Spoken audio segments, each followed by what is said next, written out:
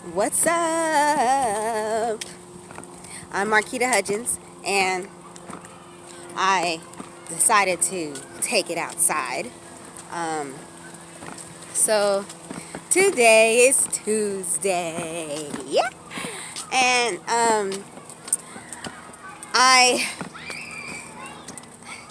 one thing I was kind of thinking about yesterday around this time when I was doing this walk.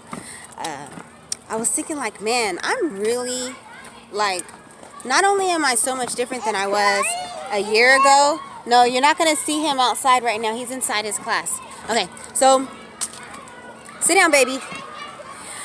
When I'm so much different than I was last year, but I'm also so much different than I was last week. Like, it's just amazing how people change. Like, people change who want to change. Of course, there are people who are like, people don't change, a leopard don't change its spots, right? But if the leopard wants to change his spots, figuratively speaking, it's no thing. Like, you can do that. You can always say, okay, well, you know what? I lie a lot. I lie too much. You know what I mean? If this is how you feel about yourself, I lie way too much. I'm gonna stop lying. I'm gonna start telling the truth. That's possible. And maybe one day you're gonna wake up and say, you know what, telling the truth just ain't work for me. I'm gonna go back to lying. we all have we all have that choice. We all can make that decision. You say, you know what, my marriage is horrible. I've always wanted to be a wife. This was literally my story. I've always wanted. I just want to be a wife. I want to be a mom. That's what I want. I don't care what career I have. I want to have a family. And I had to realize that nobody's going to give it to me. My marriage was horrible. And we're about to hit 5 years. So we're still new. But I had to decide that this is what I want. I want it to be different. And I believe that anybody... Hi. Go this way. I'm going the right way. Don't worry about it. Need to go. Need to go that way.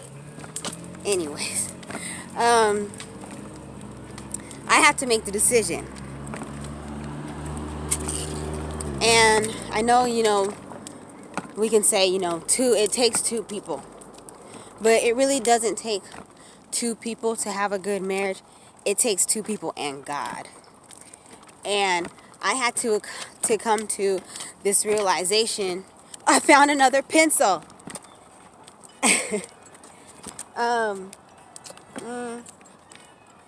No, that one looks like it'll cut up my son's hands. If I find a pencil, a sharpened pencil, I'm picking it up. But just like if I find a penny, just like if I find a pen and find out it works, it's mine now. So, I made the decision to say, you know what? My husband, he's acting like he wants it to work. I mean, he's saying that he wants it to work. He's starting to do things that show me in his actions that he wants it to work. But I don't trust him. I don't trust it. I feel like, because one pattern, and I would tell him all the time, like, this is the pattern that we go through. You do something miraculously marvelous, right? And I fall for it. And then the direction we end up going in is a lot worse than the direction we were going in when I left you the last time. And I decided to say, you know what? I don't trust you, but I'm going to trust God. And that's one thing that God said to me. No, ain't nobody asking you to trust him.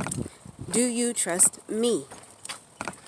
And since I made the decision to trust God with my marriage, my life has changed. Because even though sometimes I might feel like my husband's really not doing what what we should do according to the word, or he might say something that makes me think like, wait, do you believe in God or not? And even though that happens, because I say, you know what, God, whatever, you can have it. I trust you. You take the wheel. You drive this car, fly this plane, whatever. You can have it. I don't want it. And I decided that I'm going to be a good wife. One thing I used to share with my cousin Bonnie, I used to say, you know what? I'm not a good sister. I'm a bad sister. And I still believe that. At one point, I was a bad sister. I was a bad daughter. I've been a bad daughter. I've been a bad wife. She said, you was a bad sister? Are you a bad sister? No. You're an awesome sister. Excellent, magnificent, wonderful sister.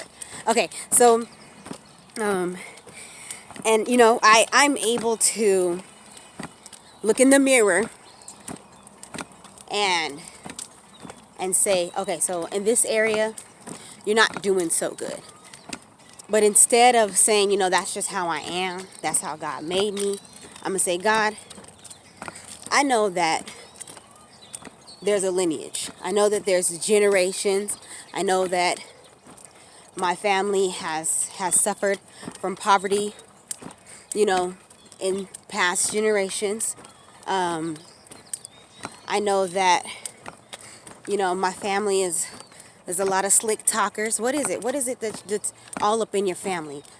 Tobacco addiction, alcohol addiction, or should I say nicotine addiction? I don't know. I guess it's kind of the same thing. But it's all these things that, we think that have been given to us, but not all gifts. You don't have to keep all gifts. Like, have you ever gotten something from somebody and they go, just look at it and see if you like it. If you don't, you could just toss it or sell it or whatever. Not all gifts. You don't have to accept every gift that you've been given from your parents and your grandparents, etc., etc. And you can't use that as an excuse like, oh, we're all this way. Now I can say good looks run in my family. That's a gift that I accept willingly, right?